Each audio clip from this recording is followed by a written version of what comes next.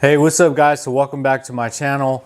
Trying to get back on track with one video per week, although it's been fairly tough here recently. But as you can see, just got the truck washed. It's looking really good. Cleaned the windows, even the top sunroof. So everything's looking very good. Only to take it to the ATV park tomorrow. So I'm sure it'll get a little dirty. But for the most part, it needed this wash. It needed a detail, and so I think the last time I've done it was 2 months ago, so it was definitely time. All right guys, so the purposes of this video, and I showed it to you already as I was walking around my truck, is the traction bars. I finally got some traction bars. They were done by Wehrli Custom Fab. If you're new to Wehrli Custom Fab, and if you want something powder coated, especially like a special powder coat, such as I wanted them to match my white tri-coat platinum as close as possible. That was considered like a special paint job. It took about 32 days. And then depending if you're actually gonna get it welded or whatnot, you know, obviously trying to find a shop that could do that for you. Or if you're handy with the welder and those tools, by all means, getting after it. I just wanted to share some knowledge on what traction bars do, why you need traction bars, why I needed traction bars. So by all means, they are not necessary, but they do a lot for you. And just based off of the few days that I've been driving my truck with these traction bars, definitely worth it. Yeah, let me just go through the reasons of why traction bars are beneficial for you and your diesel truck. All right, so I feel that they are necessary for diesel trucks, high-powered vehicles, especially if you're lifted. You're going to see a bunch of traction bars for vehicles that are running quarter-mile drag strip runs, and they do exactly that. They help provide traction. But for any truck, really in stock form, and if you're deleted, if you're one of those running a deleted setup on your truck, and especially if you're lifted, you're going to want traction bars. So originally, traction bars were designed to prevent axle wrap and wheel hop. Two things you will get on a diesel truck. If you're giving it some juice and you're lifted, you're gonna feel that axle wrap, and you're gonna feel it through the shifts, which is why, you know, tuning companies are like, hey, if you're deleted, if you're lifted, traction bars are required. They are necessary. You don't see that a lot on some websites, or people telling you, hey, you need some traction bars. The drivability is going to increase. All right, guys, so what is axle wrap? I'm gonna tell you what that is. Let's get a quick sneak peek. Ooh, looking good. All right, so here's your rear differential. It is attached through a drive shaft. The power is going to be transitioned through your drive shaft to your rear pumpkin or ring and pinion gear. That's rear wheel drive 101. All right, so what we have is, hey, how's the rear axle that affected?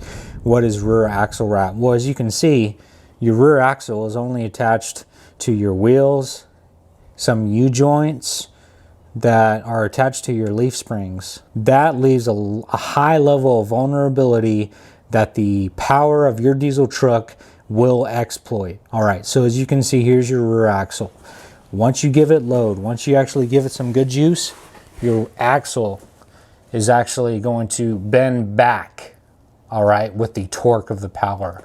So your axle should be straight the way it is right now, and with the power and under load, it bends back. So what does that mean? That means the angle for your differential through your drive shaft is absolutely going to be off. Your drive shaft is not directly in tune and straight to deliver the power under heavy load at the correct angle. So if your axle is actually pointed higher, that means you're going to have that angle of which you're going to feel those shifts become harsher. All right, some people, I'm like, hey man, I don't like that tuning. transmission shifts all harsh. Well, you're probably running a 4 or 6 inch lift on 37s with no traction bars. All right, so that is, with the use of traction bars, you don't have those issues anymore. As I was driving them, testing out the rigidity of these traction bars, making sure I had my most bang for my buck, drove it up the street, off the hook, gave it some juice, and these things did not budge. I can feel the smooth shifts as I would driving 40 or 60 miles per hour down the road, or even if I'm driving on the highway, driving 70 or 80 and give it some juice. Just a very smooth transition of power from gear to gear, and this is exactly what your traction bars are going to do. I chose to have these welded on, so there's 2 brackets. One bracket for off the differential, all right, and it's just mounted with a bolt.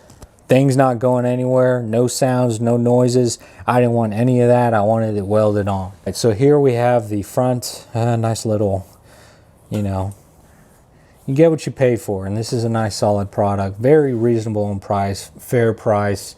All right, so here we have the front bracket. All right, guess where it's mounted on? It's on your frame. This thing is not moving. That's about as sturdy as you can get them. And this is a Heim joint.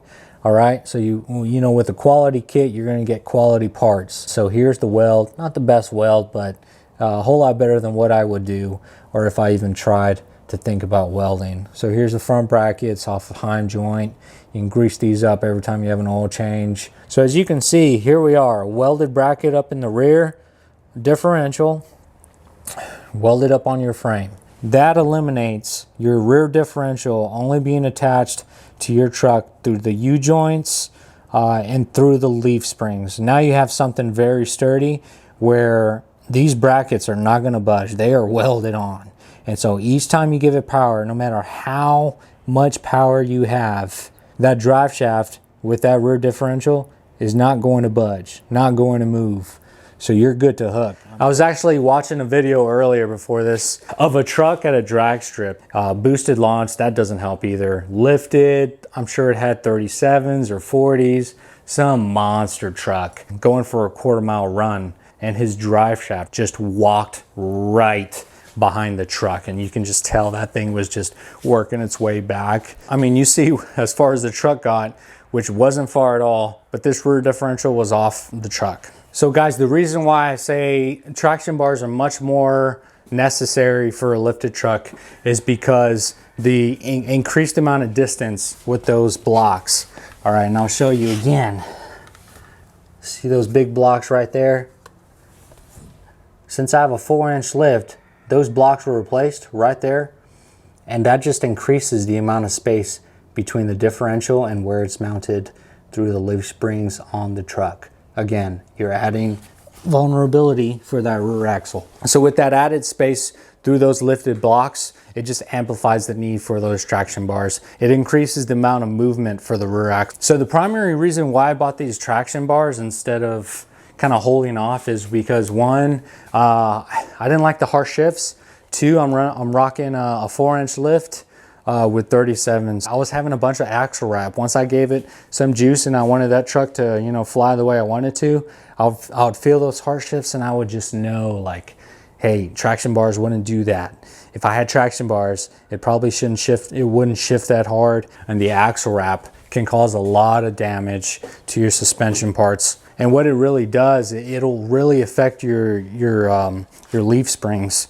As you can see right there, you know, here's a 2500 leaf spring setup. And you know, they differ with which model you actually get. But as you can see right there, that axle wrap can deform, bend your leaf springs. So again, I've driven it a few days. I've given it all the juice. I've really tested these traction bars.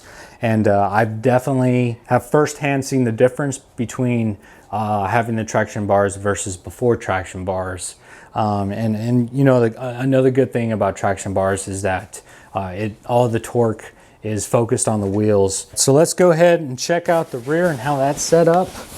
All right, traction bar 1, traction bar 2, and as you can see, I'm rocking a 4-inch BDS lift, Fox shocks.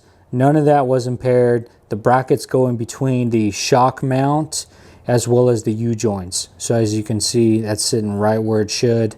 I have some shitty lighting, but I'll go ahead and move up to the front so you can see it a little better. Those brackets go right in, and that's what you get when you buy quality kit. You know, you're not having to make any different or adjustments to your axle. It's, you know, plug and play pretty much, or weld and play in this case. All right, so as I'm moving up to the front, you can either have them bolted to the frame, and how that's going to work is essentially, for the bolt-on kits, they're actually going to come with a different, I believe, adapter underneath this U-joints. So you see these two U-joints, 1 and 2 off of the edge. I think there's a bracket, and that's how this will be bolted on, using the bracket off of the U-joint. Now, when it comes to mounting these traction bars with a bolt-on kit on your frame, all right, these won't be welded. What you're gonna have to do is, I believe there's a couple points where you're gonna have to drill into them, okay? And that's if you want the bolt on. I didn't want the bolt on because I didn't want any kind of chance of any noise or play within the system, or any chance of them moving around. And with these, have no noises, no squeals, none of that. And I know that these things are definitely not moving. I mean, they're welded right off here to the side, front, the other side. These things aren't moving. I mean, you can just feel how sturdy they are. I mean, you can't feel, but take my word for it. These things are solid. And, you know, another reason why I went WC Fab was because they're probably the best powder coaters in the game when it comes to, you know, retail parts and a turnkey service. Just great powder coating. I know these things are going to take a beating with, you know, rock chips or, you know, whatever may lay in the road, but for the most part, I know the powder coating is strong, probably as strong as I can get. So if anything does happen, it probably would have happened worse to another powder coated kit. And to be honest, I felt like I went a little more Gucci than the way I usually like to roll. You know, just with being a powder coated paint match to the truck. I wanted something quality. I kind of wanted the black, but you know, they said, hey, I mean, they make it so easy to get them powder coated. I would go for it. It just gives it a nice clean look, and really off to the side of the truck, I don't think anyone notices them, but I think if you walk past or kind of see them, they're hanging out. They're hanging out a little bit. So, I mean, I didn't do them for show, but they serve their purpose well, and I want that aspect more than the looks.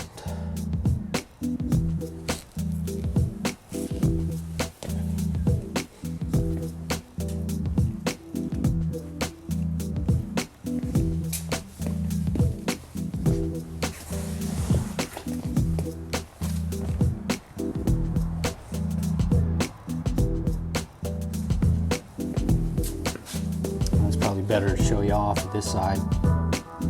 So pretty clean setup. I'm very happy with it. For me, guys, it's hard for me to walk down the cereal aisle. There's just too many options, and that's what you're going to find with these traction bars. Everyone has their own, and I was looking at, you know, 3 separate, I think, PMF, 1UP off-road. I was also recommended these, and so there's a lot of different options out there. Costs is probably $800 to, I mean, even Strikers is about $2,400. And so it has a wide range in price with what style, and obviously a lot has to deal with the looks. But for the most part, I mean, if you buy them, have them installed, I mean, I would expect $1,200 to $1,500 would be a reasonable price for a great quality setup with traction bars. I don't do any welding. I don't trust myself to weld, so I had a shop install them. But I'm talking purchase of the traction bars and the welding and install of the traction bars. I was looking right at around $1,300 to $1,400. Very fair, reasonable.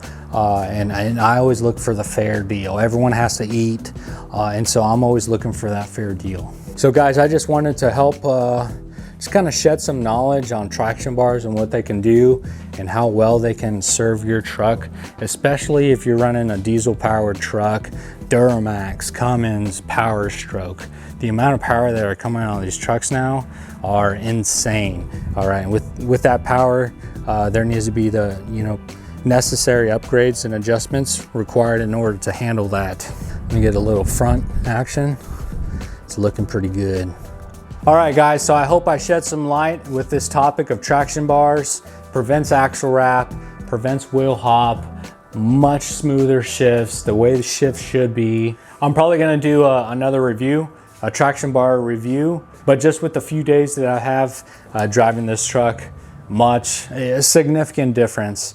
And the $1,300 to $1,400 are absolutely worth it. Gives it a little bit of a nice look to the truck, and the added benefits are there with what traction bars could do. So until next time, which is fairly soon, see y'all.